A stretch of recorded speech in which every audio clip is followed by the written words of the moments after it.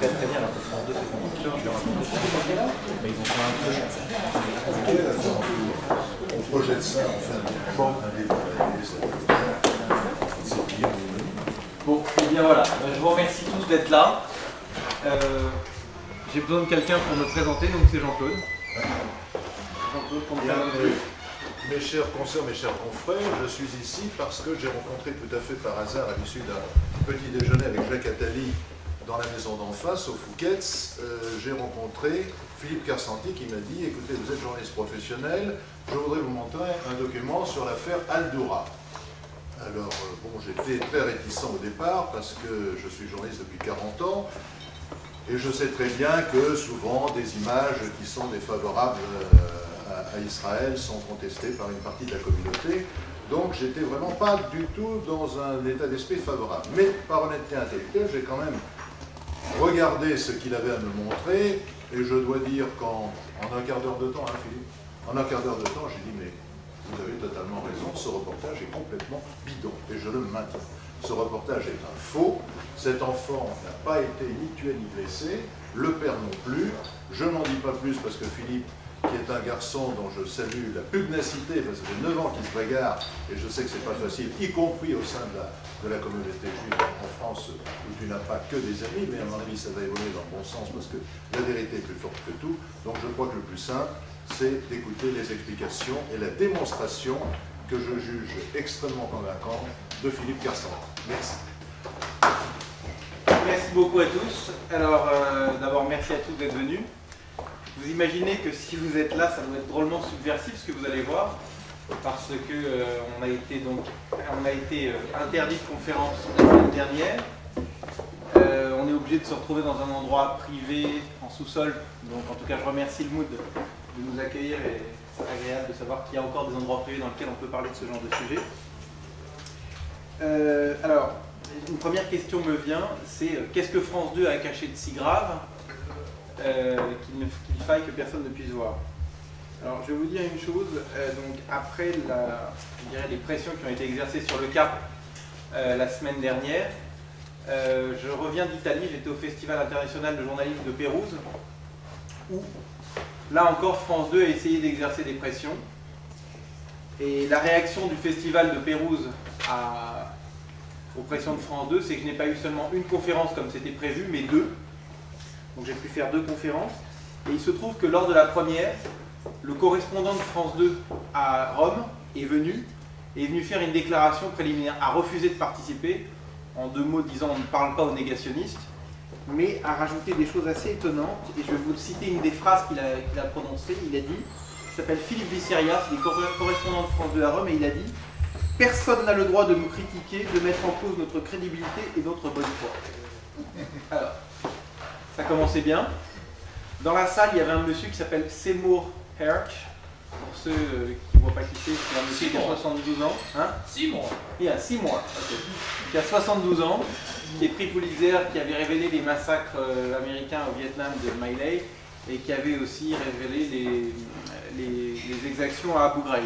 Donc c'est quelqu'un qui a vraiment une respectabilité et une réputation dans le monde entier. Et il a dit « L'attitude de France 2 est stupide, grossière et non professionnelle. » Alors, il n'a pas cherché à se prononcer sur le fond de l'affaire, il est quand même venu assister aux 2 conférences que j'ai données, mais il a dit qu'il y avait de fortes chances que j'ai raison, mais en tout cas, lui, il avait besoin d'enquêter lui-même pour arriver à la même conclusion. Alors, il y a eu quelques journalistes qui sont venus, qui ont exprimé leur solidarité vis-à-vis de Charles Anderlin.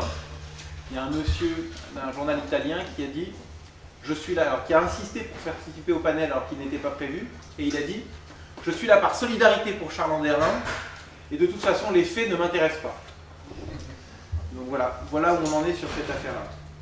Alors, il y avait Yvan Rioufol. Yvan Rioufol, c'est donc un éditorialiste du Figaro qui publie tous les vendredis.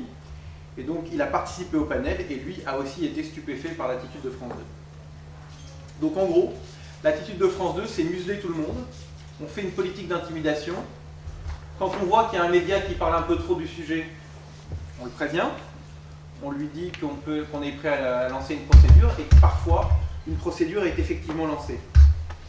Alors, ce que je vous propose, donc, les gens maintenant parlent, tout le monde parle bien de l'affaire Anderlin, de l'affaire Karsanti, de l'affaire Aldoura. Je tiens à vous dire que ce n'est pas une thèse, ce n'est pas une théorie, c'est le résultat d'une enquête minutieuse qui a été faite par différentes personnes de manière différente, à partir de documents qui n'ont jamais été contestés par qui que ce soit, ni par France 2, ni par les avocats de France 2, ni par la justice française. Donc on est en face de documents validés partout. Alors, pendant toutes ces années d'enquête, avant moi, il y a des gens qui ont travaillé, qui ont fait un travail remarquable. On peut en citer quelques-uns, on peut citer Nahum Shahaf, Pierre Rehov, Stéphane Juffa, Gérard Hubert et beaucoup d'autres. Et je tiens à vous dire que, comme vous savez, je parle de plus en plus dans le monde entier, pas tellement en France, mais beaucoup à l'étranger, cette affaire commence à être connue et à avoir de plus en plus d'impact à l'étranger. Donc, en gros, on peut dire que la France est le seul pays qui refuse d'affronter la vérité clairement. Et je pense qu'il faudra une pression internationale encore plus forte pour contraindre la France et France Télévisions à reconnaître son mensonge. Je dirais, à moins qu'un grand média français s'en mêle. Alors, dans cette présentation, à la fin, vous verrez, je n'ai pas voulu intégrer le reportage de ARD dans ma présentation, par souci d'honnêteté, pour pas, je dirais, faire de la manipulation. Il y a ma présentation à partir de mes documents, qui sont des documents extraits de France 2, de la société de presse, de Reuters et des anciennes images de ARD. Mais à la fin, j'ai ajouté quelques petits films de l'ARD, sous-titrés en français, qui vous permettront de voir le documentaire que l'ARD a diffusé il y a un mois. Alors, quand l'ARD a diffusé ce document, vous noterez qu'aucun média français n'en a parlé, absolument aucun, si ce n'est Radio J, qui m'a invité le lendemain de la diffusion pour que je raconte ce qu'il y avait dedans, et aussi qui m'a invité ensuite quand ma conférence de presse a été annulée la semaine dernière. Alors, on peut dire en gros que le film de l'ARD a été censuré en France, je dirais même pire, auto-censuré. Alors, en réaction à la diffusion du reportage de l'ARD, Patrick de Carolis a envoyé un courrier menaçant la chaîne publique allemande. Ça a été révélé par la lettre de l'expansion du 16 mars.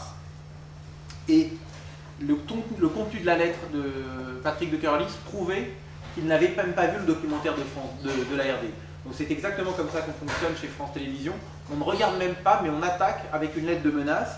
Ainsi, par exemple, dans le reportage, on reprochait à Esther Shapira et Georg Hafner de ne pas avoir donné l'avis de France 2. Or, vous verrez dans les extraits qu'on voit Charles Anderlin parler, on voit Arlette Chabot parler, on voit le caméraman qui a la pouvoir m'a parlé.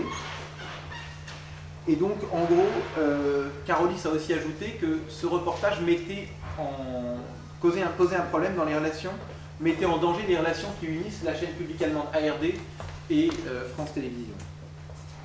Bon, je vais aller un petit peu...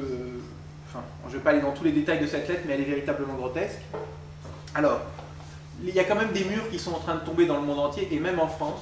Il y a une organisation non juive, je tiens à préciser, qui m'a invité et qui, dans 3 semaines, lors d'une de ces grandes réunions nationales, je vais faire cette présentation à Aldoura devant tous les délégués nationaux. C'est très important parce que c'est une véritable digue qui va tomber. Ça va véritablement être un choc pour France Télévisions de savoir qu'une organisation non juive me soutient et une organisation avec une telle réputation. Voilà. Alors, pour conclure un petit peu avant de lancer la présentation, je tiens à vous dire aussi que je suis invité prochainement à New York. Il y aura une conférence qui sera organisée par un prestigieux think tank qui s'appelle le Hudson Institute et où je suis invité à parler. On va parler un petit peu des orientations diplomatiques de la France. Alors, avant de lancer la présentation, ce que je voudrais vous dire, ce que ça révèle selon moi sur la France. Le fait qu'une fausse information comme celle-ci puisse perdurer nous en dit beaucoup sur l'état de la démocratie française. Une démocratie, c'est pas seulement le droit de voter, c'est aussi le droit d'être informé de façon honnête, et c'est aussi le droit d'avoir une justice équitable. Quand on sait que lors de mon premier procès, il y a eu une lettre de Jacques Chirac qui a été utilisée pour faire pression sur la justice et que ça a marché, quand on sait qu'il y a des pressions de journalistes français sur une institution française qui dépend du gouvernement français qui a permis d'interdire ma conférence de presse, on peut se poser aussi des questions. Et je dis tout ça sans considération politicienne, de petite politique politicienne. C'est-à-dire que c'est pas Nicolas Sarkozy parce qu'il est là, c'est pas parce qu'il est là qu'on ne peut plus dire les choses en France. C'est simplement l'état intellectuel de la société là-dessus. Alors il y a une véritable omerta qui existe en France actuellement sur ce sujet-là, qui doit être brisée. Et j'observe que dès que je cherche à parler de cette affaire-là, il y a toute une machinerie qui se met en branle pour m'empêcher de parler. Alors la vraie question que je pose, c'est est-ce moi, Philippe Carsanti, le danger pour la société française et la démocratie française, ou est-ce que le danger, je dirais pour une certaine caste, c'est la révélation de ces pratiques médiatiques, et particulièrement celle des médias audiovisuels publics français. Donc ma conclusion là-dessus, avant de lancer, c'est qui arrêtera France 2, qui arrêtera les autorités françaises. Un journaliste, c'est curieux, ça enquête. Je suis prêt, après cette présentation, vous rencontrez tous les uns derrière les autres, vous montrez plus que ce que vous verrez là, vous verrez peut-être que 30 ou 40% de ce que je dispose. Écoutez, je pense qu'on va avancer. J'insiste vraiment sur un point. Pendant des années, j'ai cru que cette affaire était liée à l'antisémitisme, à l'antisionisme en France. Je pense qu'on est passé sur un autre stade. C'est un sujet maintenant qui doit intéresser la société française, puisqu'on est véritablement sur un cas de censure flagrant et de dysfonctionnement, je dirais, des dysfonctionnements de société et politique. Bien voilà. Ok, donc je vous propose qu'on avance sur la présentation. Alors, on va d'abord faire un tour historique de l'affaire. Ensuite, je vais vous expliquer mes sources et ma méthodologie. Ensuite, on verra le film de France 2 et son contexte. Ensuite, on posera la question centrale. Est-ce que Mohamed et Jamal Al-Doura ont été abattus le 30 septembre 2000 l'année d'avant devant la caméra de France 2? Et pourquoi on peut oublier? Alors, cette présentation, pour ceux que ça intéresse, tous ceux qui le veulent, si vous avez une clé USB, je vous la transférerai sur la clé USB, donc vous pourrez partir avec, si vous voulez revoir les images, revoir les photos. Alors, les principaux protagonistes, il y en a trois. Il y a Talal Abou-Rahma qui est le caméraman, c'est lui qui a filmé les images à Gaza ce jour-là, qui les a envoyées à Charles Anderlin, qui n'était pas là, qui était à Ramallah ce jour-là, et qui les a montées ensuite à Jérusalem, et qui les a commentées. Et enfin, Jamal Al-Doura, c'est donc le père de Mohamed Al-Doura, qui lui est encore vivant, selon la version de France. Alors, la chronologie des événements. Donc le 30 septembre, France 2 diffuse son reportage. Donc c'est repris dans le monde entier. France 2 offre ses images aux télévisions du monde entier gratuitement. Le 3 octobre 2000, Talal Abou-Rahma va au Centre palestinien des droits de l'homme et témoigne sous serment. Il affirme avoir filmé 27 minutes de l'incident, c'est-à-dire de la fusillade entre le père et l'enfant. Il affirme aussi que le père a été tué, a été blessé après avoir reçu 12 balles, a été blessé grièvement, et que l'enfant a été tué après avoir reçu 3 balles, et que l'incident a duré 45 minutes, dont il aurait filmé 27 minutes. En mars 2002, la télévision publique allemande ARD diffuse un documentaire qui remet en question la version de France 2 et qui dit les balles qui ont tué le petit Mohamed ne peuvent pas venir de la position israélienne. C'est un documentaire d'une 50aine de minutes qui est très intéressant et qui à l'époque a attiré mon attention et c'est comme ça que je suis rentré dans l'affaire. Il ne s'est pas passé grand chose entre les deux années suivantes, 2 années et demie suivantes, si ce n'est que moi j'ai été en contact donc avec Naoum Shaf et avec d'autres personnes en Israël qui m'ont amené à comprendre que le reportage était, selon eux, et aussi maintenant selon moi, ne représentait pas la réalité.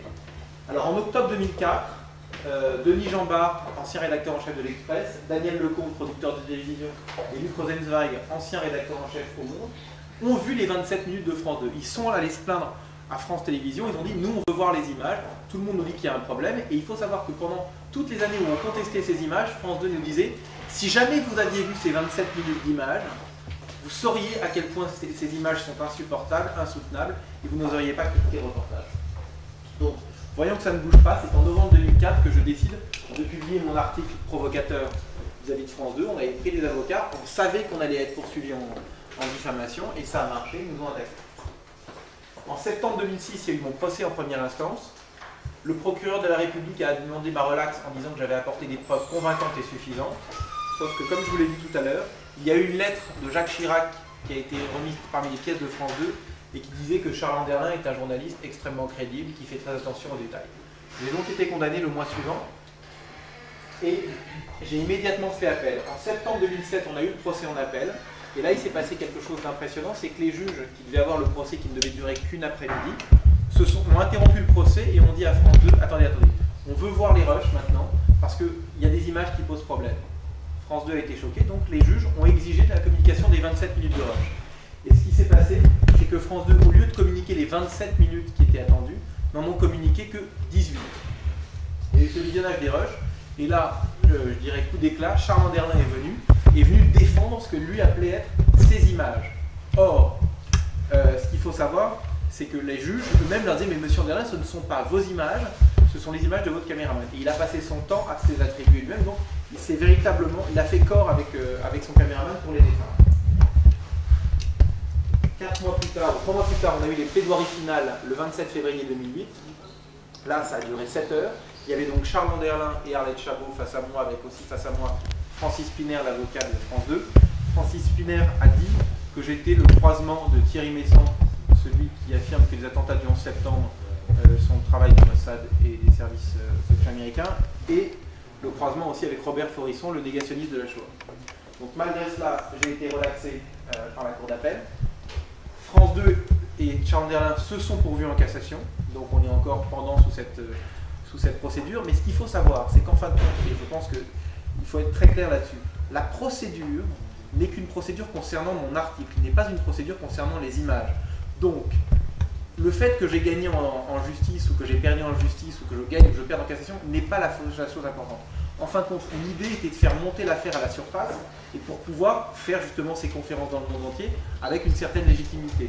Donc j'insiste vraiment sur l'important, ce n'est la justice ne jugera simplement s'il y a une diffamation sur un article qui a été publié, mais maintenant, vous allez voir que moi je crois qu'on détient les preuves que les images ne sont pas authentiques. Alors le 27 mai 2008, il y a eu la pétition du Nouvel Observateur qui a été signée par 300 ou 400 journalistes français, parmi les plus prestigieux, qui disait en gros, on n'a pas le droit de critiquer Charles Anderlin parce que c'est un grand journaliste, et Philippe Kersenty, ça n'est rien, il n'existe pas dans notre spectre, donc on n'a pas à lui accorder du crédit.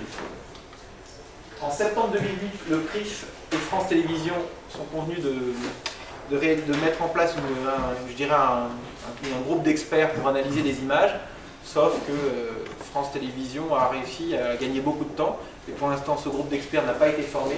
Il n'y a qu'une seule personne qui a été choisie, qui s'appelle Patrick Gobert, qui est président de l'ANIFRA, mais je crois que tant Patrick Gobert que le président du CRIF se sont fait un petit peu promener par France 2, qui ne fait rien pour faire avancer ce groupe d'enquête.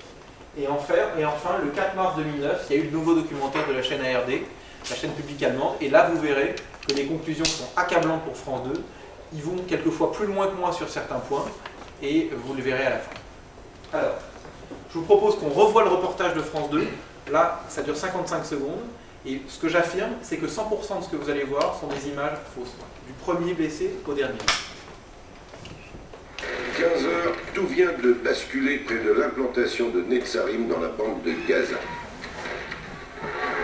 Les Palestiniens ont tiré à balles réelles, les Israéliens ripostent, ambulanciers, journalistes et simples passants sont pris entre deux feux. Ici, Jamal et son fils Mohamed sont la cible de tirs venus de la position. Mohamed a 12 ans, son père tente de le protéger.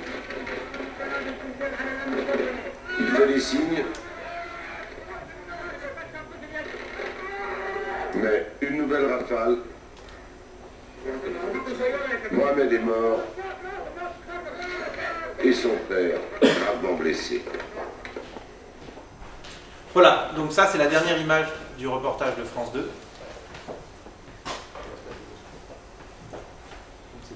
Voilà. Donc une semaine plus tard, le 7 octobre 2000, voici comment le médiateur de France 2 présentait les faits. Bonjour, une image de guerre, la mort d'un enfant, la violence la plus inhumaine, la plus révoltante. Cela se passait samedi dernier à Netzarim. Mohamed avait 12 ans, il était palestinien et musulman, il aurait pu être juif et israélien. Au-delà des croyances et des origines, l'horreur absolue, c'est l'assassinat d'un enfant. Donc l'assassinat d'un enfant, c'est un meurtre prémédité. Alors,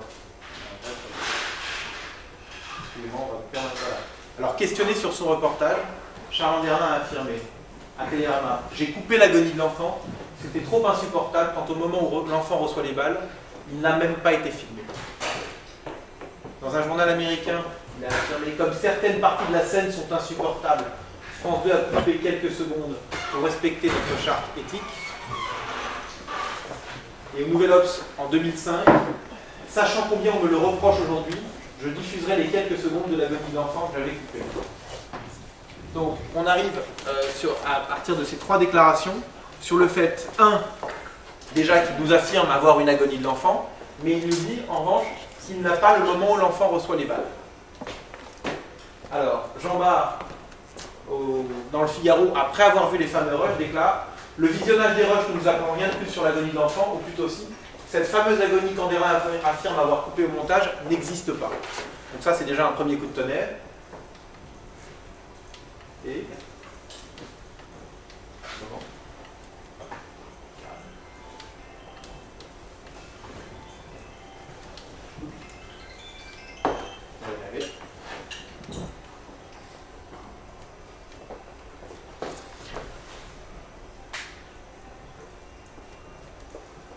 Ok. Le visionnage intégral des rushs démontre aussi qu'au moment où Charles Anderlin donne le gamin pour mort tué par les Israéliens, c'est-à-dire le soir même sur le journal de France 2, rien ne lui permet d'affirmer qu'il est vraiment mort, et encore moins qu'il a été tué par des soldats israéliens.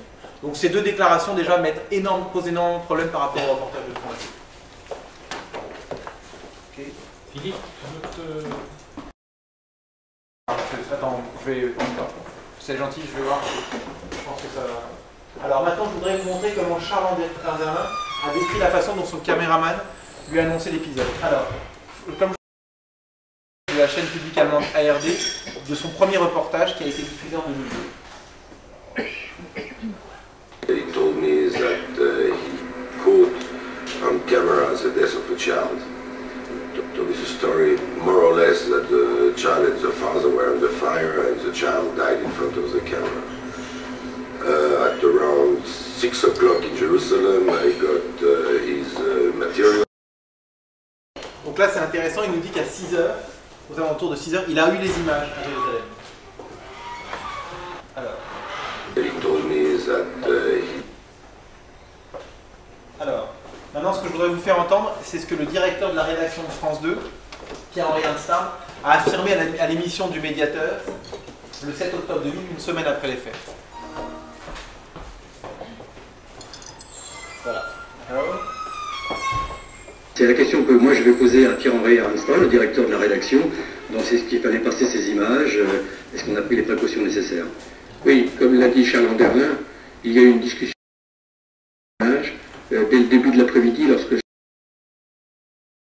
de notre correspondant à Gaza, il a donc parlé avec Philippe Arroir, et Philippe lui a dit, bon, en tout cas, il faut faire attention dans le montage que tu vas faire pour qu'il y ait effectivement une certaine distance. Et comme vous avez pu le voir dans ce reportage, ça commence par quelqu'un qui est blessé, que l'on voit sur l'image tomber par terre parce qu'il est blessé. Vous avez sans doute remarqué aussi que, bien sûr, nous n'avons pas mis l'image des balles qui atteignent l'enfant et son père, parce que ça fait partie de notre responsabilité. C'est ce que nous faisons toujours lorsqu'il y a des images difficiles. On essaie de, à la fois témoigner, parce que c'est notre métier, et en même temps de ne pas heurter et choquer. Donc chose intéressante, on apprend là ici que maintenant ils ont reçu les images en début d'après-midi, alors que Charles Anderlin nous affirme les avoir reçues à 18 h. Donc il y a déjà une première contradiction. Et puis lui nous dit, on n'a pas montré les images du moment où le père et l'enfant reçoivent les balles, alors que Charles Anderlin nous dit qu'ils ne les ont pas eues. Donc il y a déjà un problème de discours. Alors je vais être très clair, j'ai rencontré Pierre-Henri Arnstam très récemment, je lui ai posé des questions. Et en gros il m'a répondu très clairement qu'il s'est fait avoir, qu'il a répété à cette émission ce qu'on lui a dit de dire, ce que Charles Anderlin lui a dit au téléphone. Donc il n'a fait qu'être le porte-parole de sa rédaction, mais il ne connaissait rien au dossier. Il a découvert les images, je dirais, peut-être, il les connaissait bien vous, parce que véritablement il ne connaissait pas les noms, il ne connaissait pas Mohamed, Jamal, il ne connaissait absolument rien. Donc il s'est véritablement fait intoxiquer en interne. Alors, donc, bon, ça c'est simplement une slide pour montrer les différences entre les deux déclarations. Maintenant je voudrais vous montrer les seules images que détient France 2 qui suivent la mort de l'enfant dans les rushs de France 2. Alors le problème c'est que visiblement, je sais pas, on a un problème chaque fois des premières secondes. On va essayer de la faire.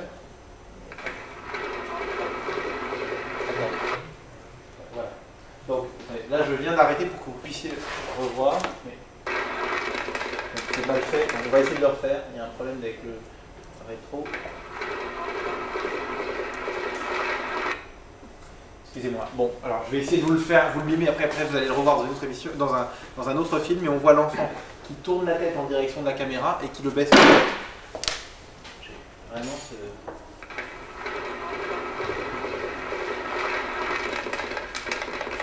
bon, on le reverra, on va le revoir juste ensuite. Mais ce qui est intéressant de voir, c'est que, alors que là il est donné pour mort, que ce sont les 10 secondes suivantes que France 2 n'a jamais voulu montrer. Vous voyez aussi qu'il a quand même le pied au-dessus du sol, ce qui est quand même quelque chose d'assez rare pour quelqu'un qui est décédé. Alors, donc l'avis du médecin expert près de la cour d'appel de Paris. Sur les images tournées après que l'enfant ait été déclaré mort par l'adulte qui l'accompagnait, on aperçoit nettement sur le document vidéo des mouvements du tronc, une rotation droite de la tête, un mouvement en élévation du coude droit et des mouvements d'extension des deux jambes. Donc ça, c'est un témoignage que j'ai apporté à la cour. Alors, excusez-moi. Alors, on va mettre... Attends, il faut que vous puissiez le voir en entier parce que c'est pas...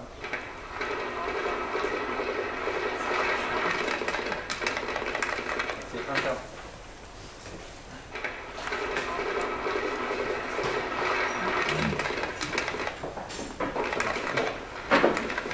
Il sera rediffusé plus tard dans la présentation. Là, c'était un gros plan de la vision où on voyait encore le pied au-dessus et on voyait véritablement l'enfant. Et vous le reverrez un petit peu plus tard, le coup de lever. Alors, donc le contexte du repas, je vais vous expliquer comment on va faire la démonstration. On va voir d'abord le contexte, ensuite on va voir ce qui s'est passé globalement sur Mohamed et Jamal. Ensuite, on va s'intéresser à Jamal Al-Doura, le père, et ensuite à Mohamed Al-Doura, le fils. Alors, combien de temps le caméraman de France 2, Talal Abou-Rahma, a filmé l'incident? Alors, sa déclaration sous serment au Centre palestinien des droits de l'homme. J'ai passé approximativement 27 minutes à filmer l'incident qui a duré 45 minutes. Donc, c'est ce qu'il déclarait 3 jours après. Maintenant, on va voir ce qu'il déclarait. How long did you film them sitting there? Well, that was 6 minutes. You'll be surprised, and everybody 6 minutes is easy for him. But he doesn't know this 6 minutes. This next 6 minutes, I took it in 45 minutes shooting in the ball. Donc, avant il nous disait 27 minutes, là ensuite il nous dit qu'il a filmé 6 minutes, mais il maintient les 45 minutes de tir sur le garçon. Alors ensuite, on va voir que Charles Anderlin, lui, interrogé encore par Esther Shapira, parle d'une trentaine de minutes. Vous allez l'écouter. The original cassette, the film material itself. I showed it to you here. So that's 30 minutes to take. No, altogether the tape is 30 minutes, with what happened before the start of the shooting and the scene. Ok, donc là il nous parle d'une trentaine de minutes. Je pense que cette trentaine de minutes, c'est véritablement la cassette des 27 minutes dont parlait Talal Abou-Rahma au début. Donc 27, 30, on peut considérer que c'est le moment, enfin c'est le moment qui a été filmé. Sauf que lors du procès en cour d'appel, comme je vous le disais, on n'a eu que 18 minutes sur les 27, donc ils ont effacé 9 minutes volontairement. Et ce qui est encore plus grave, c'est que quand on regarde ces 18 minutes, il y a moins d'1 minute dans ces rushs qui concernent Mohamed et Jamal. Moins d'1 minute. Alors, France 2 n'a pas été la seule chaîne à recevoir les rushs de Talal Abou-Rahma. CNN les a reçus. C'est Mike Hanna, qui était le correspondant de CNN à Jérusalem, mais il a refusé de les diffuser. Parce qu'il avait besoin d'avoir des garanties d'authenticité. Juste pour que vous sachiez, Mike Hanna, qui travaillait pour CNN, travaille maintenant pour Al Jazeera International. Alors, donc ça, c'est des extraits du livre d'Elisabeth Chemla, Ton rêve et mon cauchemar. Donc CNN a eu ces images terribles en même temps que France 2. Hanna s'est refusé à l'envoyer tel quel au siège d'attentat, comprenant la teneur historique des images. Il souhaitait avoir toute l'histoire autour, en connaître les circonstances exactes, le pourquoi et comment, avant de lancer cette bombe médiatique. Dans un article qui était publié dans Jeune Afrique, il expliquait aussi qu'il voulait avoir des garanties d'authenticité qu'il n'a jamais eues. Alors, maintenant on va regarder donc, le lieu où ça s'est passé, le carrefour de Netzarim. Donc ça, c'est un dessin qu'a fait Talal Abou-Rahma au Centre palestinien des droits de l'homme. Et il est assez fidèle à la position. Vous voyez donc le fortin israélien qui est là, une distance approximative de 80 mètres, le baril derrière lequel le père et l'enfant étaient, et lui affirme être resté là pendant les 45 minutes à filmer. Et là, vous verrez tout à l'heure que je vous montrerai des scènes qui ont été filmées dans cette zone-là, le même jour, un petit peu avant et au même moment. Donc ça c'est France 2. France 2, ils ont fait un dessin pour illustrer leur reportage. Vous voyez que c'est assez fidèle, on voit à cet angle à peu près. L'angle a été calculé entre 30 et 35 degrés vis-à-vis du mur, vous voyez. Et enfin, ça c'est une photo aérienne. Là, donc on voit encore la position israélienne qui est assez grande. Une distance, et là un gros plan du baril. Avec le croisement de Netzarim. Alors, que tournait... Là c'est dommage, parce que si on rate les premières secondes du film, que tournait-on le 30 septembre 2000 au carrefour de Netzarim? Ce qu'on a fait, on a récupéré les rushs de Reuters et de la société de presse, et on a pris 3 des scènes les plus grotesques. On en a beaucoup d'autres, mais je vais vous montrer simplement pour que vous voyez que ce jour-là, on n'était pas dans une atmosphère de film de guerre, enfin de film réel de guerre. Voilà. Attendez, donc là, c'est bien. Donc là, on est face au fortin israélien. Il y a un garçon qui tombe. On va le reprendre. On appelle l'ambulance.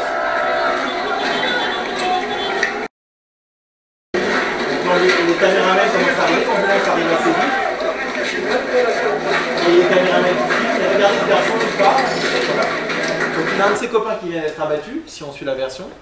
Et lui part en souriant, en tournant le dos aux Israéliens et en applaudissant. Ce qui paraît étrange. Et ensuite, on voit cet homme en tenue militaire avec une arme qui semble absolument pas en danger. Voilà. Alors, voilà une évacuation. Voilà, donc l'ambulance arrive, l'homme n'a même pas besoin d'être porté, il rentre en courant dans l'ambulance. L'ambulance démarre et les gens vont à l'école.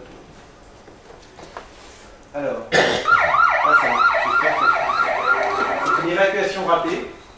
Alors, vous allez voir, donc c'est une Jeep, une ambulance qui démarre, mais elle démarre un peu trop vite et l'homme qu'on a mis dedans, il tourne par terre. Alors, donc ces mises en scène ont été confirmées au sein même des rushs de France 2 par Jean Bart et Lecomte.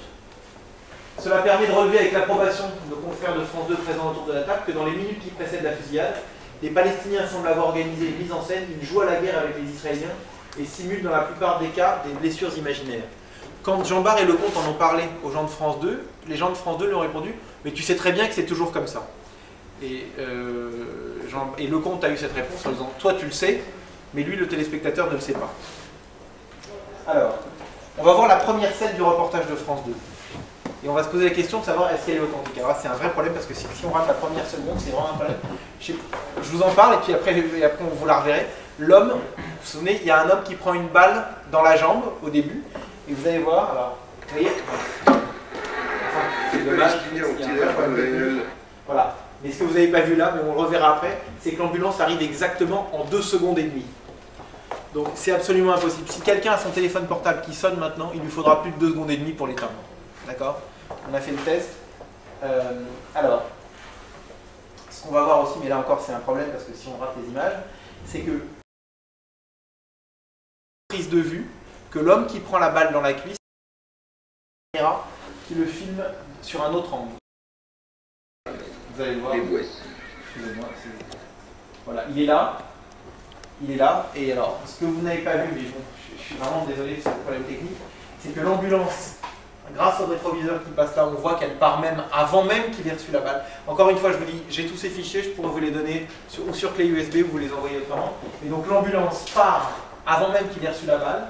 Et chose incroyable, alors qu'il est censé prendre une balle qui le projette sur la Jeep, il fait un bond d'1 mètre dans le sens opposé. Mais chose aussi incroyable, c'est extrêmement rare qu'une télévision filme quelqu'un en train de prendre une balle en direct. Or là, ce qu'on voit, c'est qu'il y a 2 caméramans qui ont, au cœur même de leur objectif, cet homme-là. Ils savent tous les deux qu'il va se passer quelque chose sur cet homme-là puisqu'ils le filment. Ou alors, c'est un triple hasard, c'est-à-dire qu'il y en a 2 qui filment cet homme-là par hasard, on ne sait vraiment pas pourquoi, et une ambulance qui vient en 2 secondes et demie, exactement par là. Alors, maintenant qu'on a vu ça, on va quand même se poser des questions. Regardez.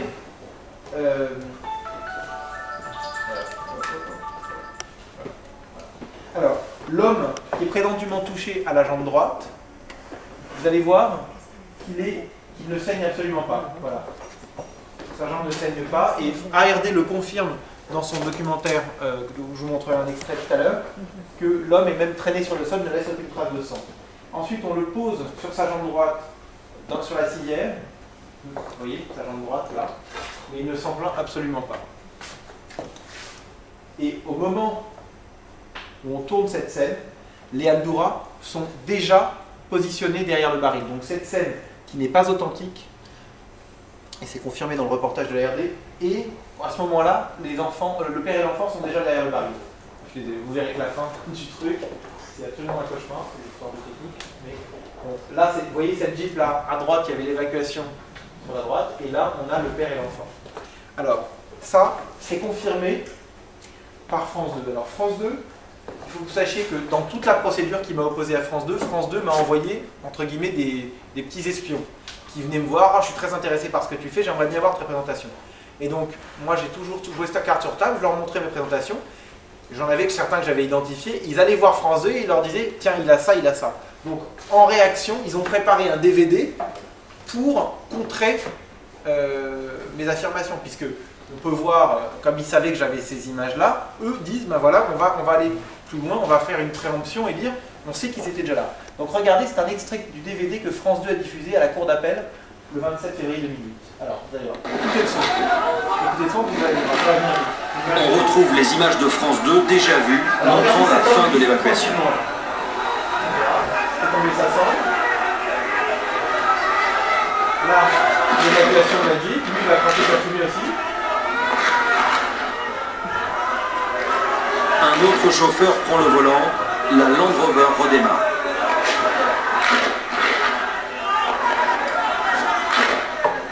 Et là, il y a un effet de manipulation. Dans leur fuite, ces hommes passent devant on est au ralenti, caché derrière ce qui ressemble à un cylindre en béton. Vous voyez ce bruit de balle? C'est une véritable manipulation. Puisque regardez, quand moi je vous montre en revanche la personne au ralenti, comme vous faites, quand on fait du ralenti, normalement il n'y a pas de son. Si on met une bande son, c'est qu'on veut rajouter une impression. Donc vous voyez là, et là l'autre qui fume. Or, dans son DVD présenté à la cour d'appel, il y avait véritablement un objectif de faire croire qu'on était sous une fusillade. D'accord? Donc il confirme que le père et l'enfant étaient là au moment où on tourne cette première scène. Alors, donc, pour résumer la situation sur cette première partie, il a montré à la cour que 18 des 27 minutes. On a les 10 secondes d'image des rushs qui suivent la mort de l'enfant, qui infirment la version des frais de France 2. On la reverra plus tard, vous verrez, hein, vous le verrez mieux le coup de lever. L'agonie insoutenable de l'enfant annoncée par Charles Anderlin n'existe pas plus que les images du père qui atteignent le père et l'enfant. Le 30 septembre, au carrefour de Netzarim, on tourné de fausses scènes de guerre. Hein, elles sont datées, elles sont sourcées AP et Reuters. Et la première scène du reportage de France 2 n'est pas crédible. Ça aussi, comme je vous le disais, c'est confirmé dans le documentaire de la RD. Alors, maintenant, on s'intéresse à Mohamed Jamal. Ont-ils été atteints le 30 septembre à Netzarim devant la caméra de Talal Abou Rahman? Alors, est-ce qu'ils étaient seuls derrière le baril? It was clear they were focusing on them because in that area now nobody there except the boy and the father. Nobody. Donc Talal Abou Rahman nous explique qu'ils étaient seuls derrière le baril, qu'il n'y avait absolument personne. Alors on va voir ce que nous dit. Nobody to move. Nobody. This is the explanation of Talal. Nobody could move, and one driver of an ambulance got killed while trying to get the wounded person out of the scene. There was strong shooting. And until it stopped, nobody moved in that area. This is what we saw also from the few video scenes that we could get from other cameramen who was there, including the AP cameraman. D'accord, donc si on est bien d'accord, on les écoute bien, il y avait personne, ils étaient tout seuls. Or, ce que nous on a fait, c'est qu'on a récupéré les images des caméramans de Reuters et de la société de presse, et qui prouvent qu'ils étaient juste à côté des Al-Doura, les deux. Alors, l'image va revenir. Donc j'ai fait ça sur le dessin de Talal Abou Rahman pour bien montrer la source. Le caméraman de Reuters, il est à 1 mètre du père et de l'enfant, et le caméraman de la société de presse à 2 mètres. Donc c'est assez impressionnant, et vous verrez plus tard que c'est même confirmé par France 2, puisque France 2 savent encore qu'on a ces images, donc ils trouvent une justification après. Alors regardez, ça ce sont les images d'AP, les premières secondes sont toujours AP. Voilà. Donc là regardez. À gauche, on voit la chemise du père et de l'enfant. Donc le caméraman, il filme dans cette direction, il filme le fortin israélien. Là, on voit déjà qu'il y a plein de gens. On va voir la répétition de la première scène avec la Jeep. Vous vous souvenez de la Jeep avec le premier blessé? On fait un arrêt, il n'y a pas de blessé là, on fait une répétition. Il y a des gens qui courent. La Jeep démarre, la Jeep du père et l'enfant.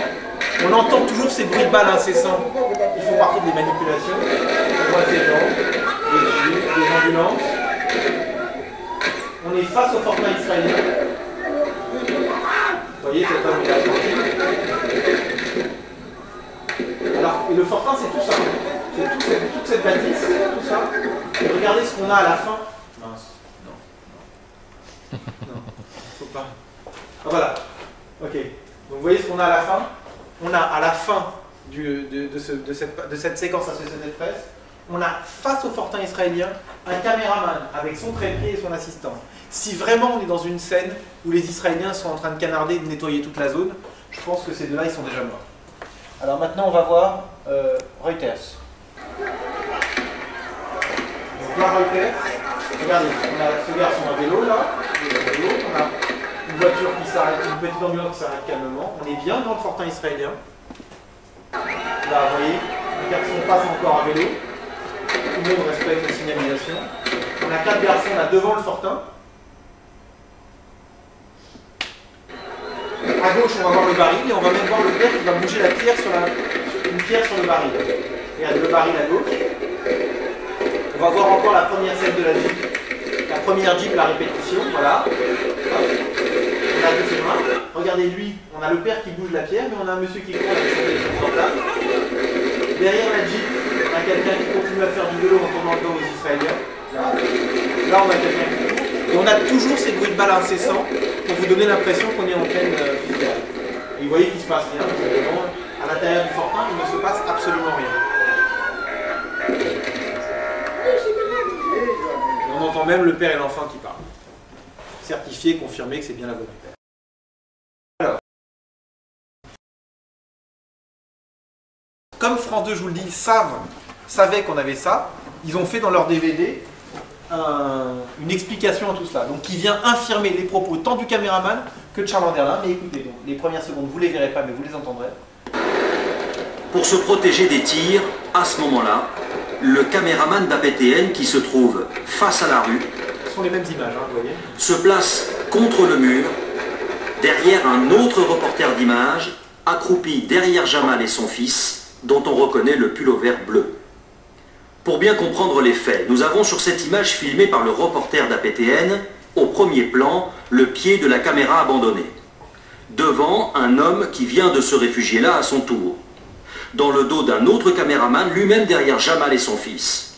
Ils sont donc 3 derrière Mohamed et Jamal Al-Doura. Bon, donc déjà tout ça infirme complètement ce qu'ils ont dit précédemment, tant le caméraman que le journaliste.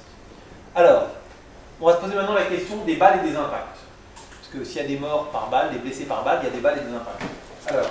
Well, first of all, after 28 minutes, around 28 minutes, they were hiding and the shooting on them.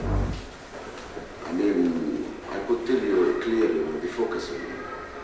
And I could see the bullets around the boy, on the wall, coming to the wall. Ok. Combien de balles vous imaginez avec des tirs sans discontinuer? D'abord il parle de 45, maintenant là il nous parle de 28 au début. Combien vous imaginez de balles sur le mur? C'est assez considérable, surtout à une distance de 80 mètres. There were many bullets, right? Coming out of them. Donc là il dit qu'il y avait des centaines de balles. Some bullets hit but that doesn't mean anything. Okay, look at the wall. There is a lot of bullets around the wall. You know, I counted 40. On the wall, only 40. Donc 40 balles dans le mur, ça ferait moins d'une par minute sur 45 minutes de tir. Je vous rappelle qu'on est à une distance de 80 mètres et qu'on est sur une cible fixe qui fait 1 mètre carré, on peut dire que c'est quasiment la taille de l'écran. Vous demandez à n'importe quelle personne qui a déjà touché une arme, à une distance comme ça, en 5 secondes, on est sûr d'abattre la cible si on est un tireur correct.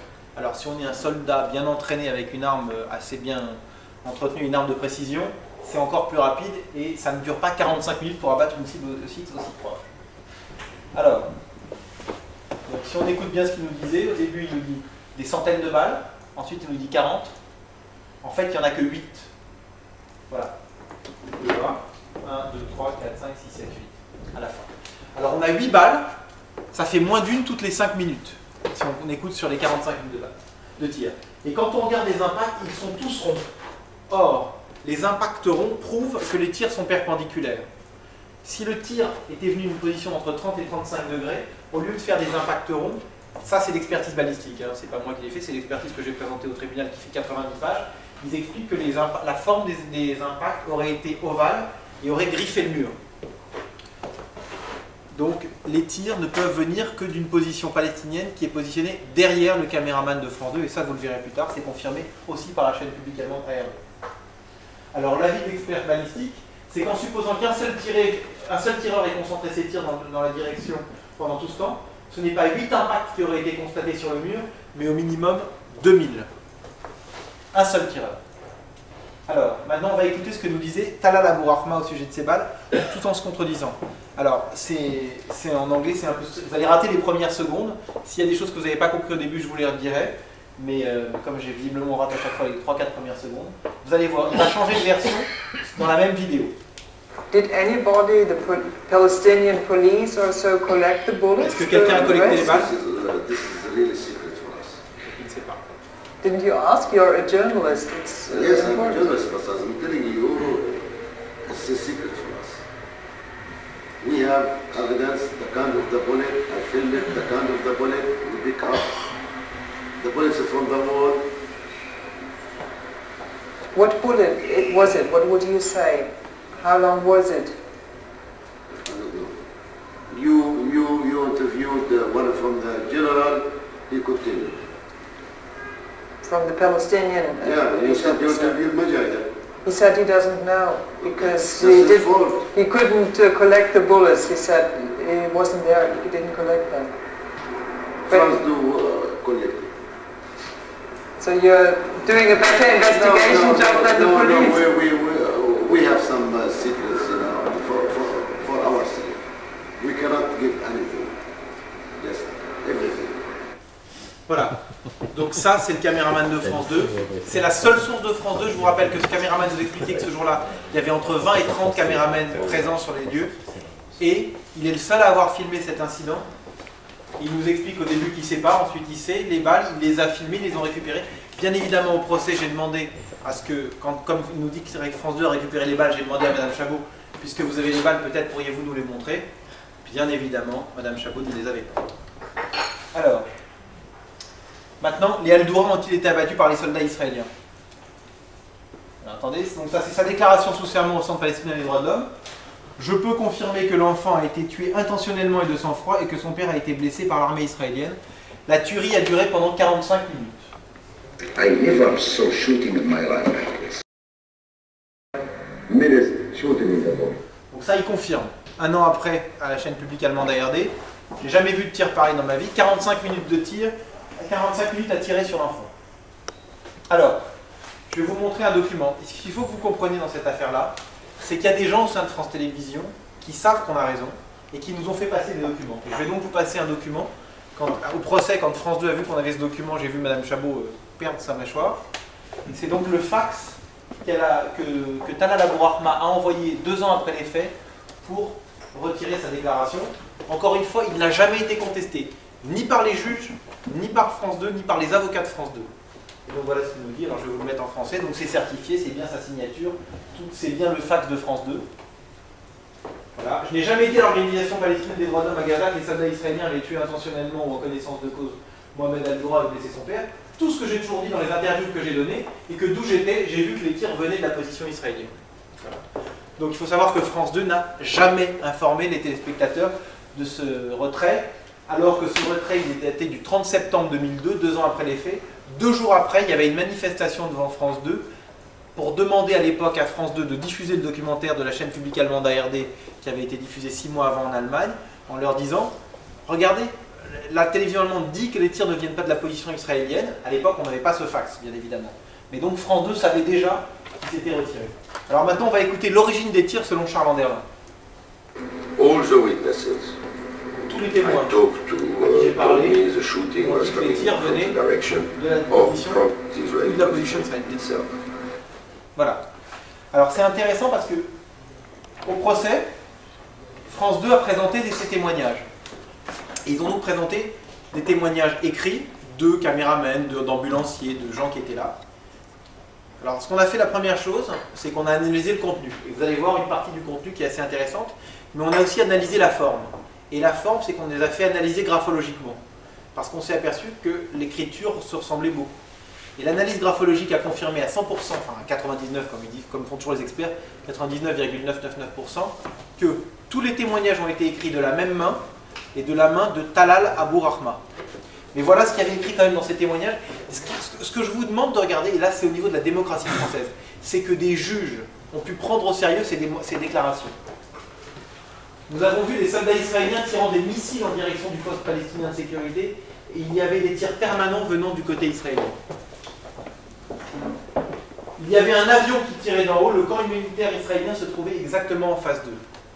Dans le jugement qui m'a condamné la première fois, il faisait référence à ces déclarations. Je vous rappelle qu'on a des avions, des missiles, alors qu'on a toujours 8 impacts de balles dans le mur, et quand on a le camp militaire israélien qui se trouvait exactement en face d'eux, on a la preuve, même par France 2, que ça n'est pas vrai. Maintenant, en voici d'autres. Il y avait des hélicoptères, des snipers israéliens qui tiraient des missiles anti-tanks sur le poste de sécurité palestinien. Donc ça semble encore absurde avec les 8 impacts. Et enfin, je ne peux pas imaginer qu'un être humain ait pu rester en vie s'il avait essayé de se positionner derrière Mohamed et son père. Il n'y avait personne, absolument personne dans toute la zone. Donc tout ça déjà, ça infirme encore, je dirais que ces témoignages, je trouve, sont accablants pour France 2. Et vous allez voir ce qu'en dit la cour d'appel de ces témoignages. Donc en résumé, Jamal et Mohamed Al-Doura n'étaient pas seuls derrière le baril, c'est même confirmé par le film de France 2. Talal Abou Rahma est revenu sur ses accusations initiales. Ça, c'est un extrait de la cour d'appel.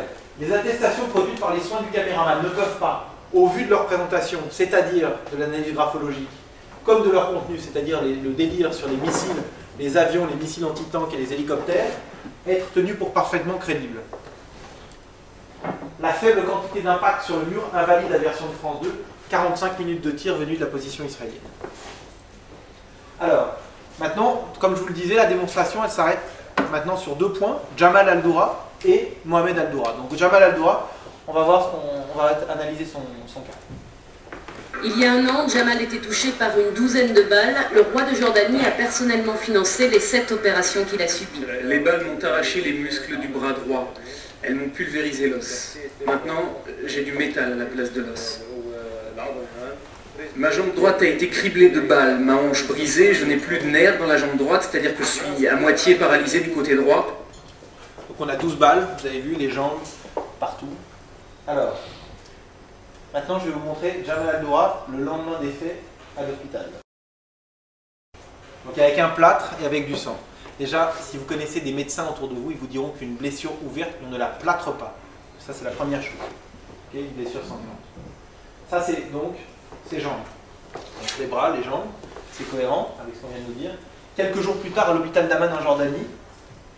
Alors regardez bien. Donc là, il y a toujours un plâtre. Je ne sais pas si on le voit bien, mais le sang est extrêmement rouge. C'est du vrai rouge vermillon. Et vous voyez que la blessure, on a l'impression qu'il est blessé à cette partie-là du bras. Maintenant, je vous invite à regarder un an plus tard où est vraiment sa cicatrice au bras droit. Elle est là. Donc, à l'hôpital d'Amman, il saignait de là. Et le sang, et la cicatrice, elle est là. Ensuite, on viendra sur les explications sur les cicatrices. Hein. Mais vous voyez qu'en fin de compte, ça ne correspond pas. Alors, l'avis de l'expert balistique.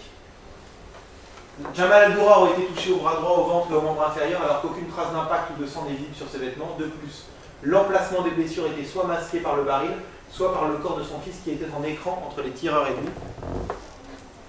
Il n'a donc pu être atteint dans les conditions décrites par France 2. Alors Jean-Claude Schlinger, c'est l'expert balistique numéro 1 pris par les cours de justice françaises. C'est notamment lui qui a fait l'expertise balistique sur Human Bomb, je ne sais pas si vous vous souvenez de la prise d'otage à Neuilly, d'école. Et c'est aussi lui qui avait fait l'expertise balistique quand Jacques Chirac, quand quelqu'un avait tiré une balle sur Jacques Chirac lors du 14 juillet.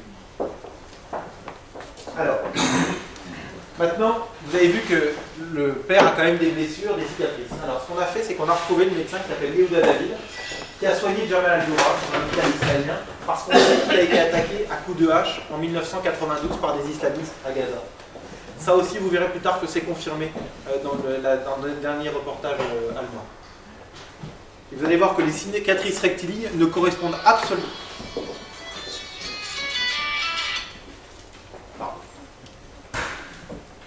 Voilà. Alors, voyez le témoignage du médecin. לקחתי גידים באופן חופשי, זאת אומרת, ניתקתי אותם מהשרירים שלהם, מכף רגל שמאל, והעברתי אותם לשריר שהיה עדיין פעיל בידו הימנית. כל זה, כמובן, זה משאיר צלקות. ולכאורה, הצלקות האלה, לפי התמונות שג'מאל דורה מציג אותם כפצעי ירי של חיילי צה"ל, לא יכולים להיות בשום פנים ואופן פצע ירי. לפני שיצאתי לתקשורת, רציתי להיות בטוח שאני לא טועה.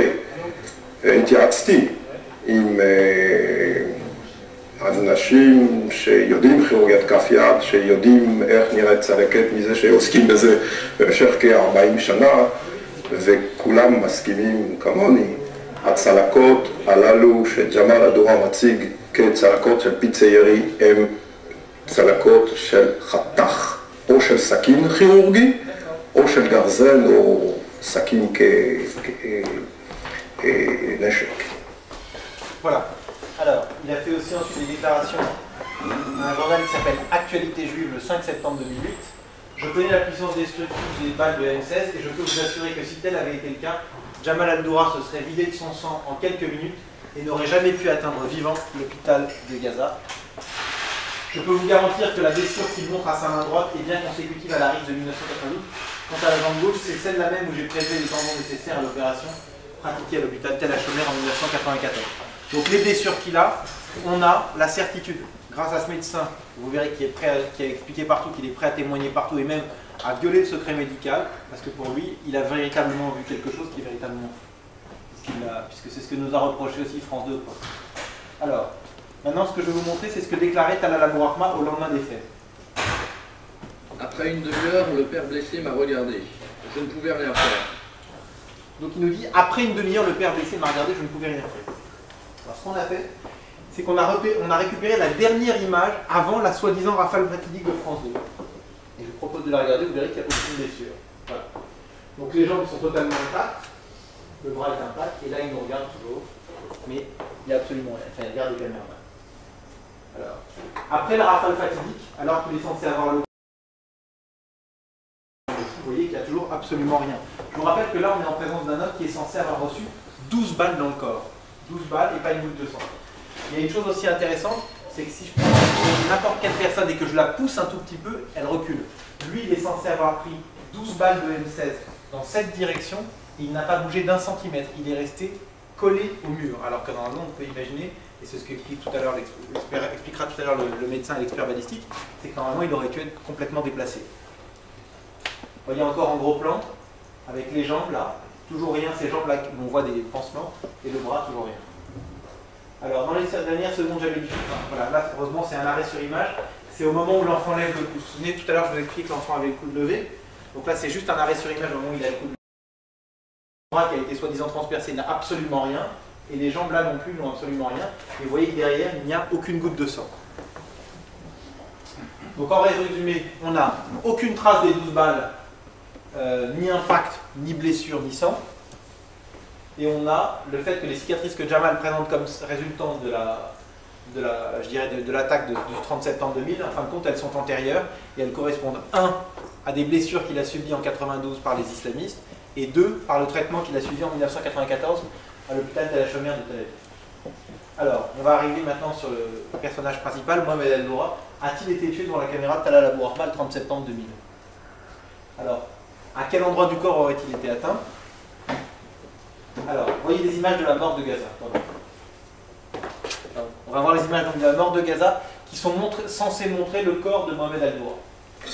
Following the examination, it was clear that the bullet entered the body from the front and from above. The bullet entered the body in the abdomen and exited the body here. This wound was fatal. The second injury lies just beneath the chest, and the bullet exited through the left hip bone. This wound was also fatal because it shredded major blood vessels. The third injury in the left leg was relatively harmless. Alors, ce qui est intéressant, c'est qu'on a 3 blessures.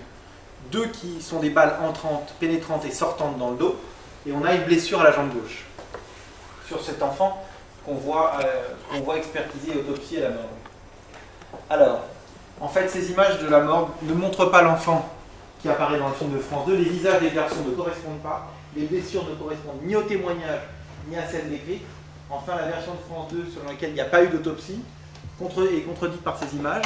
Parce qu'en fin de compte, vous allez voir, et vous le verrez plus tard, et c'est confirmé par le reportage de la chaîne allemande, il y a 2 garçons. Un qui a été effectivement tué le matin, on ne sait pas dans quelles circonstances, et un autre avec lequel on a joué la scène l'après-midi. Alors, regardez le DVD que France 2 maintenant. Vous vous souvenez, je vous ai dit que France 2 m'envoyait des gens pour savoir. Donc ils savaient qu'on avait les images des 10 secondes, de l'enfant blessé, de l'enfant qui lève le coude, pardon, et qui regarde qui tourne la tête vers la caméra. Donc ils ont cherché à trouver une justification à ça, et ils ont aussi inventé une nouvelle blessure à l'enfant. Et vous allez voir à quel point elle est grotesque cette blessure. Sous les rafales, l'enfant bouge une dernière fois. Il est blessé à la tête et enfin ne bouge plus. Donc ça c'est pour justifier, donc l'enfant bouge une dernière fois, c'est pour justifier le mouvement de coude. Il est blessé à la tête. Alors là, les experts balistiques et médicaux sont formels là-dessus. S'il avait pris une balle de M16 dans la tête, sa tête n'aurait pas été là, elle aurait été totalement décalée et on n'aurait pas cette petite griffe qu'il a au niveau du front et qu'on a pu voir à la morgue de Gaza. Donc c'est totalement grotesque et on voit véritablement que là, France 2 ne connaît absolument pas le dossier. Donc il nous invente donc maintenant une nouvelle blessure à la tête pour coller aux images de la morgue. Alors Jamal Al-Doura, lui, il nous parle d'une blessure différente. Regardez. Alors que tout à l'heure on parlait de la jambe gauche, regardez ce qu'il va nous dire. The first bullet hit him in the right knee. La première balle, bon, vous avez entendu, donc la première balle l'a touché au genou droit. Voilà. Alors il a confirmé. J'avais beau essayer de toutes mes forces de le protéger, la première balle a touché mon fils au genou droit. Ok, donc on n'est plus sur la jambe gauche, puisqu'on n'est plus sur le même enfant, donc il se trompe là-dessus, donc lui il nous parle du genou droit. I believe the boy, he got one bullet in his knee in the beginning when I heard this screaming. Then he got the bullet in his stomach. Lui maintenant il nous dit aussi, il a reçu une balle au genou, il tape son genou. Donc il y a toujours dans ce film-là, toujours cette notion de la première blessure comme pour le père et ensuite. Moi ce que je vous propose maintenant c'est de regarder la dernière image avant la rafale fatidique. Et vous voyez que ça c'est la dernière, je vous assure, vous pourrez reprendre encore le document, je vous le donnerai si vous voulez. C'est la dernière image avant la rafale fatidique. Vous voyez que son genou droit il est intact, comme tout, il n'y a pas une seule goutte de sang nulle part, ni sur l'un ni sur l'autre. Aucune blessure après la rafale fatidique. Vous voyez que le genou est toujours intact. Et dans les dernières secondes, désolé, c'est affreux ce que je dis là. Voilà. Et encore pire, là il va lever son pied droit. Or, c'est le genou droit qui est censé avoir été touché. Vous demanderez à n'importe quel médecin. Si une personne reçoit une balle dans le genou droit, il ne peut plus lever le pied. Voilà. Alors, maintenant une question. Est-ce que Mohamed déplace un chiffon rouge pendant cette scène? Alors je vais vous le montrer alors qu'il est censé être mort. Donc voilà. Ça, c'est dans le reportage. D'abord, il est vivant. Ensuite, il fait sauter la caméra et après, il y a des petits mouvements. Et après, il va rassembler ses mains dans le visage. Et là, vous voyez là, il tient un petit chiffon rouge. Donc, accessoirement, on voit aussi que son genou, il n'y a toujours absolument rien. Là, hein, il est toujours intact. Mais là, il tient un petit chiffon rouge. On en profite aussi pour voir que les jambes du père, là où il est censé avoir eu les cicatrices, il n'y a absolument rien. Alors, maintenant, et on reviendra là-dessus puisque la télévision allemande aussi en reparle. Donc, est-ce qu'il y a des balles qui sont rentrées dans la poitrine de Mohamed Al-Doura pour sortir au niveau de ses reins? C'est ce que nous disait tout à l'heure le médecin.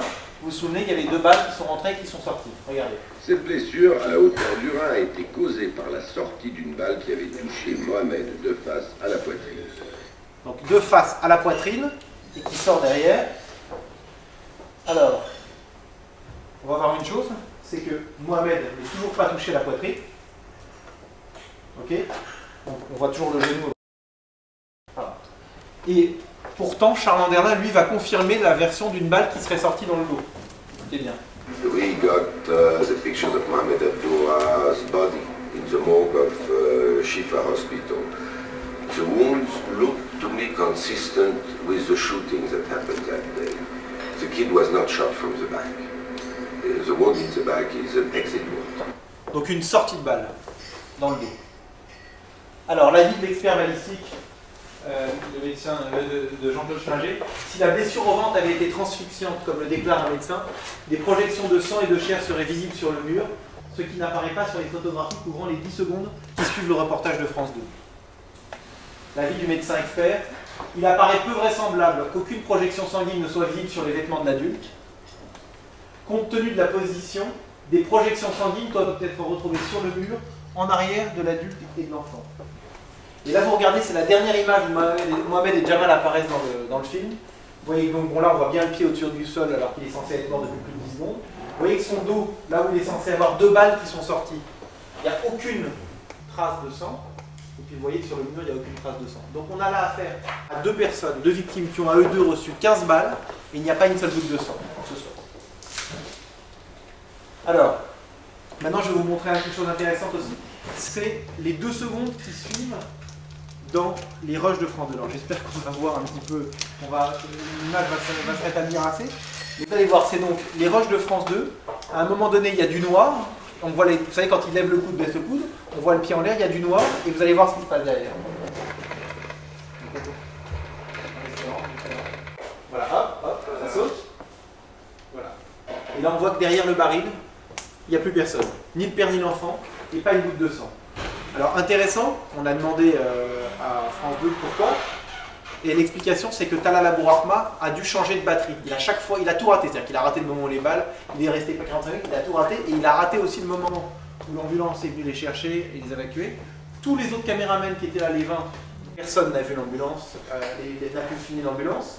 Et vous verrez plus tard que le caméraman nous affirme que le père et l'enfant ont saigné pendant 17 minutes. Donc 17 minutes et pas le temps de changer une batterie, c'est beaucoup. Alors, pour résumer, donc, on n'a aucune trace des 3 balles de Mohamed et Jamal Al-Noura, ni impact, ni blessure, ni sang. On a les témoignages sur les 3 points d'impact qui divergent complètement. On a genou droit, jambe gauche, poitrine sous le torse, abdomen et tête. On voit bien qu'on parle bien de 2 enfants différents, c'est pour ça qu'on n'a pas les mêmes pseudo-blessures. Le garçon firmé par Talal Abourahma déplace un chiffon rouge de façon inexpliquée. Dans le film de France 2, on ne voit aucune projection sanguine sur le mur auquel le garçon était adossé. Et enfin, le garçon présenté à la morgue de Gaza n'est pas celui qui apparaît dans le reportage de Talal Abourahma, et ça vous allez voir que je vais vous le retrouver après.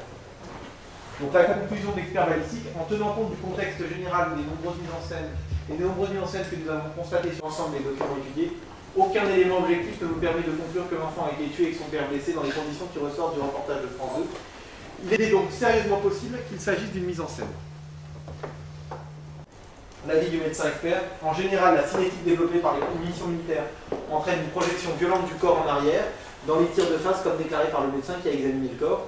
Les images montrent que cela n'est pas le cas et que le corps de l'enfant est recroquevillé. La position des mains de l'enfant sur son visage m'apparaît incompatible avec la perte de tonus musculaire post-mortem. Je vous rappelle qu'à la fin du reportage de France 2, l'enfant a sa main droite positionnée comme ça sur son visage, sur ses yeux. Alors, maintenant je voudrais qu'on regarde quelques extraits du reportage diffusé par l'ARD le 4 mars 2009, donc ça date d'il y a un mois, et c'est donc visiblement en raison de ces images-là que France 2 me mène la guerre et ne veut surtout pas qu'elle soit là. Bon, c'est en allemand, c'est sous-titré en français, j'espère qu'on va voir le plus d'images possible. Für völlig unglaubwürdig dagegen hält ihn Philippe Carsonti. Behauptet, dass auch gestellte Bilder gedreht habe und führt zum Beweis im Gericht Aufnahmen vor, die Abourahma kurz vor der Szene in unmittelbarer Nähe der Al-Nuras gedreht hat. Ein Mann wird anscheinend angeschossen. An seinem rechten Bein getroffen, stürzt er zu Boden. Aber es ist kein Blut zu sehen. Er wird in die sofort ankommende Ambulanz geladen. Ausgerechnet auf das vermeintlich angeschossene rechte Bein. Und noch immer kein Blut. Donc voilà, donc il confirme ce que je vous disais, vous vous souvenez, sur la première scène qu'on avait du mal à voir tout à l'heure avec l'ambulance. Vous avez vu que l'ambulance arrive véritablement en 2 secondes et demie, ce qui est complètement grotesque. Et il confirme qu'il n'y a pas de sang et que tout est totalement incohérent. Alors, on va voir.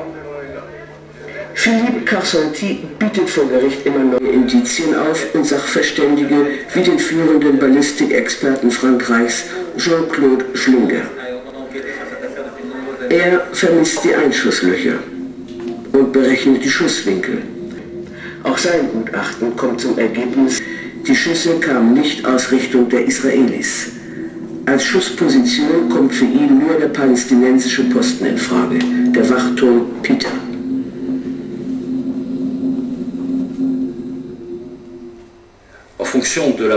Was die Positionen der israelischen und palästinensischen Schützen zum Zeitpunkt des Geschehens angeht, kommt als einzige Möglichkeit für die Schüsse der palästinensische Posten Pita in Frage. Er liegt hinter dem Fotografen und rechtwinklig zur Wand. Oder es waren einzelne Schützen zwischen dem Pita-Posten und der Mauer, wo sich die sogenannten Opfer befanden. Das also schließt die Möglichkeit aus, dass die Schüsse vom israelischen Posten kommen konnten.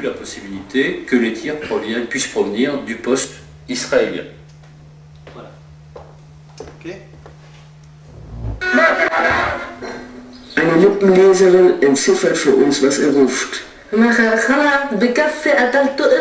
Es ist genug, ihr habt meinen Sohn getötet, es ist aus. Sagt er wirklich ihr? Sie schreibt den Wortlaut auf, um Missverständnisse auszuschließen. Tatsächlich ihr. Damit kann Jamal al-Dura nur Palästinenser meinen, denn er ruft es auf Arabisch und er ruft es in Richtung der Kamera. Direkt dahinter jener palästinensische Posten, den der Ballistiker als Schussposition genannt hatte. Genau in diesem Bereich wurde geschossen, von der Straße und von der Position Pita aus. Kamen die Schüsse also von dort. On voit pas très bien sur l'écran à droite parce que c'est un 16/9 normalement, mais à droite là, il y a donc une image un peu plus grande et elle montre la position Pita. Alors ce qui est intéressant, c'est qu'au moment où le père crie « ça suffit, arrêtez de tirer, vous avez tué mon enfant », c'est au moment où on voit que son enfant est complètement les yeux grands ouverts et qu'il est totalement vivant. Donc c'est simplement, et il s'adresse ensuite aux gens qui sont derrière le caméra. Il ne s'adresse absolument pas aux Israéliens ou quoi que ce soit. Donc on est véritablement dans une scène où ça ne correspond absolument pas à la version de Franck. Im Film ist kein Blut zu sehen, sagen die Kritiker. Stimmt das? Der erste Schuss traf Mohammed angeblich ins Knie. Aber nur auf dem Oberschenkel ist ein Flecken zu sehen. Warum dort? Und was zeigt er? Blut, sagt France 2 und zeigt dieses vergrößerte Foto. Ein rotes Taschentuch, sagen die Kritiker. Tatsächlich sieht es so aus, als... De fait, on a l'impression que la main tire quelque chose de rouge. Alors, chose aussi intéressante, c'est que vous verrez qu'il tient ce chiffon rouge. Si c'était vraiment du sang, après, on devrait avoir du sang rouge sur la cuisse. Or, quand il est allongé après, on la voit bien, cette partie de la cuisse, il n'y a absolument aucune trace rouge. Donc, c'est véritablement le chiffon. Damals endete der Nachrichtenfilm hier mit dem Kommentar Mohammed ist tot.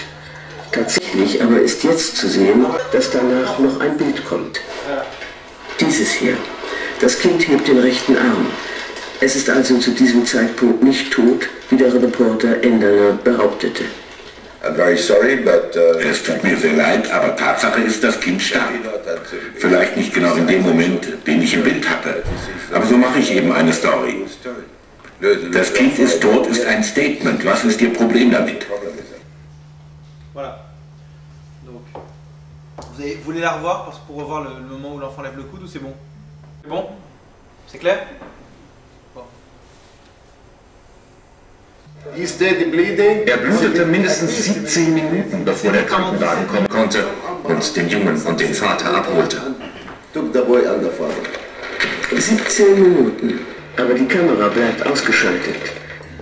Voilà, donc c'est ce que je vous disais. Il a saigné 17 minutes, mais le caméraman n'a même pas filmé cette scène du saignement ni de l'évacuation. Alors que vous voyez que tout à l'heure, tous les caméramans se battaient pour filmer des évacuations complètement grotesques. Und was ist mit dem Vater?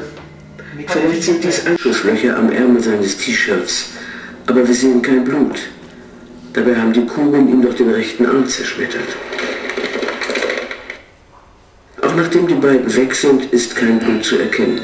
Nicht an der Wand und nicht auf dem Boden. Am nächsten Tag sendet France 2 diese Bilder. Auch hier kein Blut. Nicht an der Wand, nicht am Fass. In der Präsentation für das Gericht aber zeigt France 2 nicht die Aufnahmen vom Pressetermin mit der Polizei. Foto. Hier ist plötzlich Blut zu erkennen, aber auch ein Stück roten Stoffes. Merkwürdig auch, Das Blut ist noch immer hellrot. Wenn es am Vortag passiert ist und die Sonne darauf schien, müsste das Blut da nicht dunkler sein? Nein, nicht wenn. Ich bin kein Spezialist. Aber am nächsten Tag war da Blut. Es gab Blut. Es war dunkel, es war... Ich weiß nicht, wie das Foto entstand. Voilà. Vous avez pu voir la dernière phrase? Je ne sais pas. Und was wissen wir über Mohammeds Verletzungen? Den Zeugenaussagen zufolge kann der Krankenwagen mit Mohammed und Jamal al-Dura frühestens gegen 3:30 hier im Shifa-Krankenhaus in Gaza angekommen sein. Der diensthabende Arzt erinnert sich auch an die Einlieferung eines toten Kindes, aber nicht um 3:30.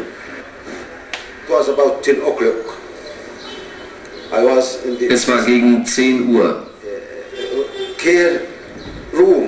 Ich war in der Verletzten. Zeitgleich, innerhalb einer Minute wurde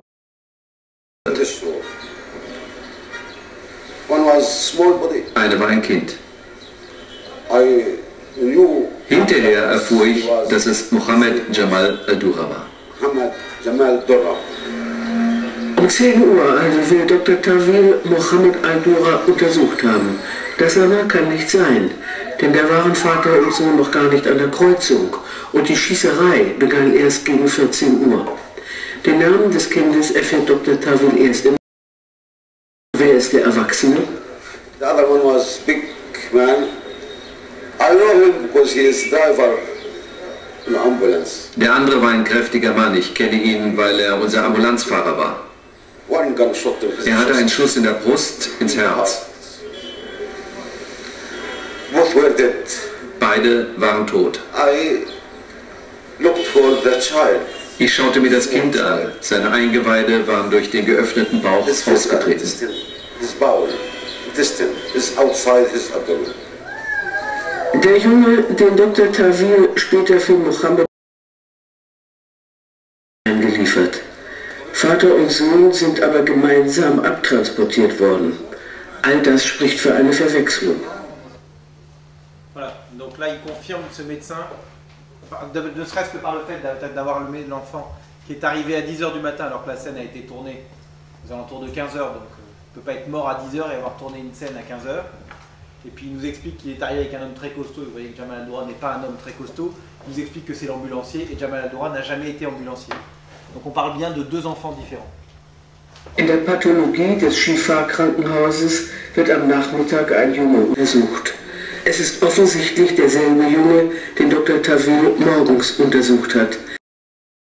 Der Pathologe dieselben schweren Verletzungen.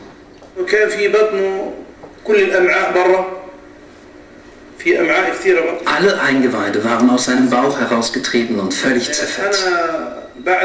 Nachdem ich die Eingeweide und die Leber untersucht hatte, auch die Niere, die ebenfalls zerstört war, haben wir das Blut abgesaugt. Dann haben wir die verschiedenen Schichten des Bauches wieder zugenäht. Erst die unteren Schichten, dann die obere Haut. Vor der Leichenschau, erzählt der Pathologe, gab es die übliche zeitraubende polizeiliche Prozedur. Erst dann konnte er mit seiner Arbeit beginnen. Und wie lange brauchten Sie? Ich denke über eine halbe Stunde, mindestens. Weil Mohammed nicht vor 3:30 in der Klinik eingetroffen sein kann, muss die Obduktion mindestens bis 4:30 gedauert haben. Auf dieser Armbanduhr aber ist es 4:10 und die Fotos entstanden am Ende der Arbeit des Pathologen. Auf dem Schild steht Mohammed von Kugeln erschossen. Aber ist das wirklich Mohammed al-Dura? Oder ist es der Junge, den Dr. Tawil um 10 Uhr morgens in der Notaufnahme hatte?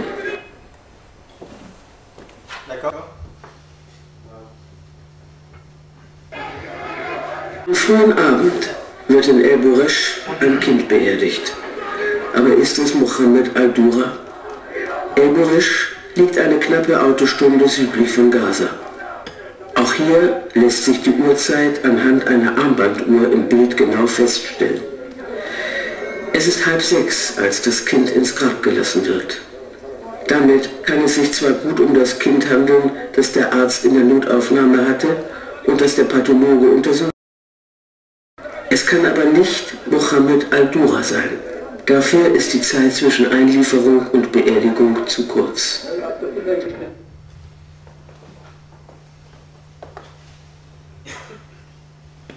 Wer wird hier zu Grabe getragen? Rami al-Dura oder Mohammed al-Dura? Gab es tatsächlich zwei Jungen, einer verletzt, einer tot und beide aus einer Familie? Um eine Antwort auf diese Fragen zu finden, wenden wir uns an einen der führenden Experten weltweit. Kurt Kindermann ist Gerichtsgutachter für biometrische Gesichtsvergleiche. Ihm legen wir alle Bilder vor, die Mohammed al-Dura zeigen sollen. Die Gesichter wurden vermessen und dann untereinander in diesem biometrisch-mathematischen Gesichtsvergleich noch einmal miteinander verglichen. Bei der Beerdigung gehe ich davon aus, dass es der Junge ist, der auch diese äußerst markante Verletzung im linken Augenbrauenbereich hat, denn diese Verletzung ist deutlich auf dem Obduktionsbild zu sehen und ist auch deutlich auf dem Beerdigungsbild zu sehen. Die ist nicht erkennbar auf dem Bild der Einlieferung im Krankenhaus. Auch weitere Merkmale sprechen dafür, dass es sich bei dem obduzierten Kind nicht um Mohammed al-Dura handelt. Frauen in den Bogen verlaufen und hier sieht man, dass die flach nach oben, nach hinten verlaufen. Hier sieht man dann auch, dass der Mund diese eine runde Form hat und der hier diese geteilte Bogenform hat. Bei der Beerdigungsszene und auf dem Obduktionstisch ist anzunehmen, dass es sich hierbei um die gleiche Person handelt. Aber nicht die hinterm Fass? Aber nicht die hinterm Fass, die deutlich jünger zu sein scheint. Der Gesichtsvergleich bestätigt, das Kind, das beerdigt wird, ist aller Wahrscheinlichkeit nach dasselbe Kind, das der Pathologe untersuchte. Beide aber sind nach Ansicht des Experten nicht Mohammed al-Dura. Voilà, là on finit, je voudrais juste qu'on voit l'image, on finit, voilà, c'est sur l'image quand l'enfant lève le coude, c'est qu'il a le coude levé. Ich persönlich glaube weiterhin, dass die Schüsse von der israelischen Armee kamen. Bislang habe ich nicht den geringsten Hinweis, der mir erlauben würde zu sagen, wir haben es mit einer Inszenierung zu tun. Und ich frage mich, was sollte eine Inszenierung überhaupt? Es gibt genug Opfer von beiden Seiten, man braucht nicht noch welche hinzuzufügen. Also bislang gibt es keinen Beweis für diese Anschuldigungen. Es gibt also nicht den geringsten Grund, an der Echtheit dieser Szene zu zweifeln. Nun will France 2 eine Untersuchungskommission unterstützen unter Beteiligung des Präsidenten der Juden in Frankreich. Der Sender ist sich noch immer sicher, keine Fälschung gesendet zu haben. Jedenfalls nicht im Fall al-Dura.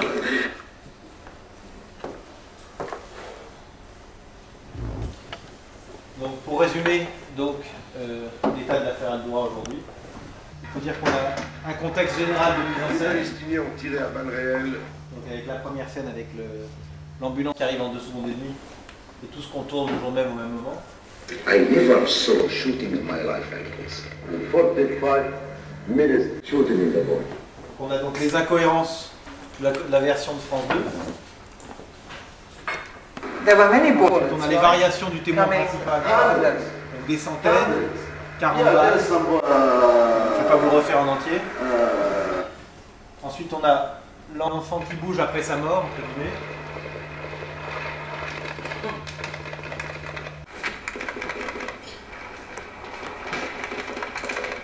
Et qui finit soi-disant mort avec le pied au-dessus du sol. Et enfin, on a l'absence de blessure, de sang ou d'impact à la fin, malgré les 15 balles que les deux auraient reçues. Donc, le reportage que France 2 a diffusé le 30 septembre ne représente pas la réalité qu'il prétend décrire. Jamal al-Dura n'a pas été blessé devant la caméra de France 2. Mohamed al-Dura n'a pas été tué devant la caméra de France 2. J'insiste beaucoup sur la fin de ces deux phrases. Devant la caméra de France 2. Encore une fois, comme je le dis souvent, si vous me demandez est-ce qu'il pleut maintenant, j'en sais rien. Quand je suis rentré, il ne pleuvait pas. Mais là, je ne sais pas s'il pleut. Je ne sais pas si au moment où France 2 a coupé sa caméra, la semaine suivante, le mois suivant, l'année après, s'ils n'ont pas été blessés ou tués. Mais en tout cas, ce que je peux affirmer, c'est qu'à la fin du reportage de France 2, ni l'un ni l'autre n'ont reçu des balles. Alors, ce que je voudrais, c'est vous faire écouter quand même ce que Charles Anderlin a déclaré au micro de Michel Field sur Europe 1 le 10 janvier 2009. On était au moment de l'offensive de Gaza contre le Hamas. Et il faut écouter l'interview, c'est Michel Field, ça dure 1 minute. Comment à la fois ne pas mettre de l'huile sur le feu, comment... Anderlin, j'ai envie de me retourner vers vous parce que vous avez été, on le sait dans la profession, victime de campagnes de presse ignobles, de sites sionistes, extrémistes, etc., qui ont mis en cause votre probité journalistique. Vous êtes bien placé pour savoir à quel point ce sujet-là est archi passionnel. Comment on fait, j'allais dire, dans le quotidien pour continuer tout bonnement à faire son boulot?